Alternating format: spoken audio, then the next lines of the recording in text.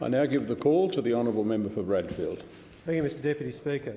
I rise to speak of the impact of the government's failed home insulation program on my constituent Mr Doug Mill and his long-established home insulation business in my electorate, the Demand Group. When the Rudd Group announced the Rudd government announced the home insulation program in February 2009, the Demand Group invested heavily in anticipation of the program.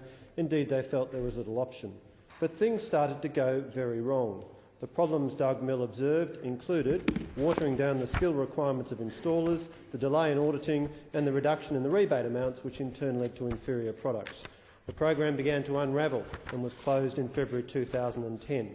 In the latter stages of the program, in Mr Mill's words, the quotes fun, close quotes, really started for him and his business as they sought to comply with the new requirements that were imposed and in the mop-up schemes after the program was cancelled.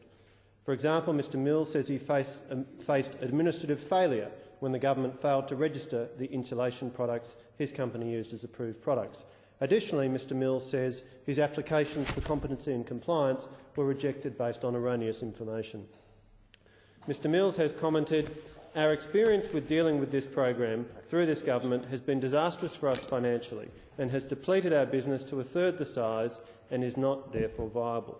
By completing 1.1 million homes, it has taken about 15 years of work away. By overlooking us for the home insulation safety program, it has excluded us from millions of dollars of inspection and rectification work. And by allowing untrained people to install, it has taken work away from legitimate businesses like ours." Mr Deputy Speaker, the Demand Group, together with similar businesses, has made a legal claim for compensation against the Commonwealth. When these businesses met the Commonwealth lawyers, they were told that the Commonwealth was not liable. But the government lawyers suggested they consider making a claim under the Scheme for Compensation for Detriment Caused by Defective Administration, the CDDA scheme. Mr Mills therefore made an application to the Minister for Climate Change and Energy Efficiency. After 4 different inquiries and investigations that have taken place into the home insulation program, it is clear that there was defective administration in the operation of the scheme, suggesting that the threshold requirement for the application of the CDDA scheme has been met.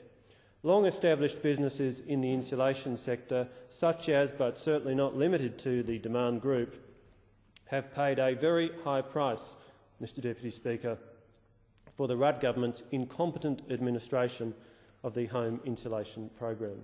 I call on the Minister for Climate Change and Energy Efficiency to give careful consideration in good faith to the claims lodged by the Demand Group and other affected insulation businesses.